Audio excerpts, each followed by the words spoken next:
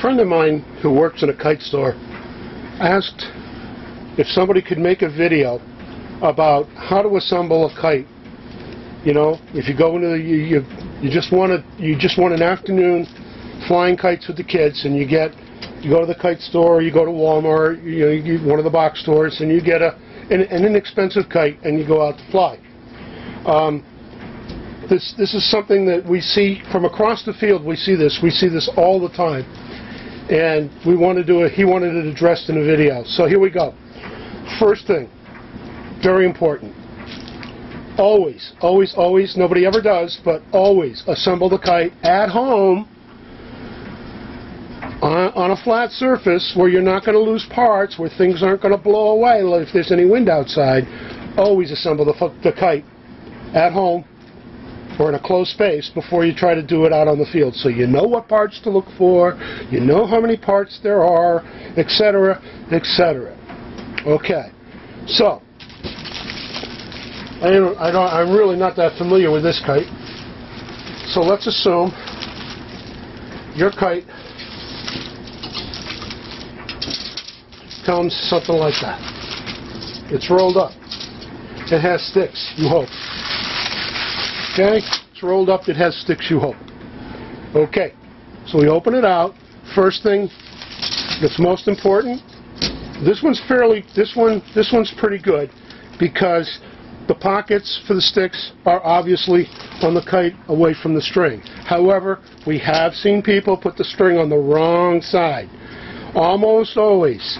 Sticks go on one side, the string goes on the other. Okay? So one side of the kite goes towards the flyer, and the side of the kite that goes away from the flyer has the sticks.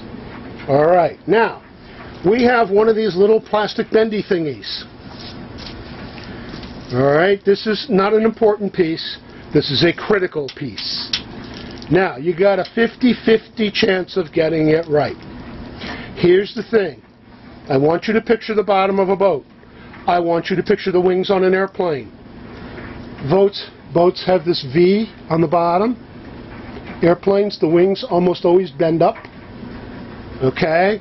Same thing with your kite. That V should always bend away from the flyer, never towards the flyer.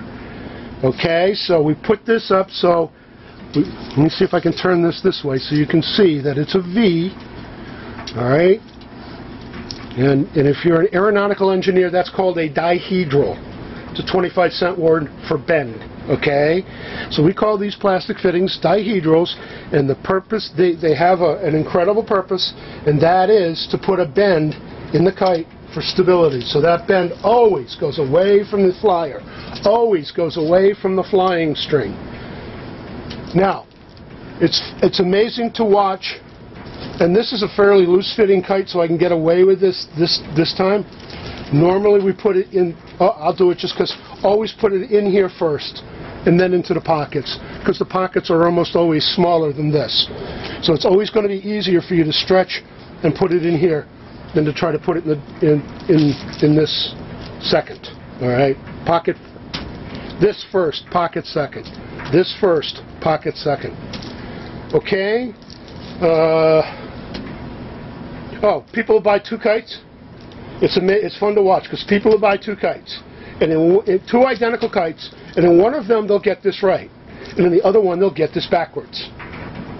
And they're sure that the kite that won't fly is defective. And they're very surprised when one of us walks up, says, yep, takes this, turns it around, kite flies perfectly. Okay, so you notice the kite does have a bend to it, and you notice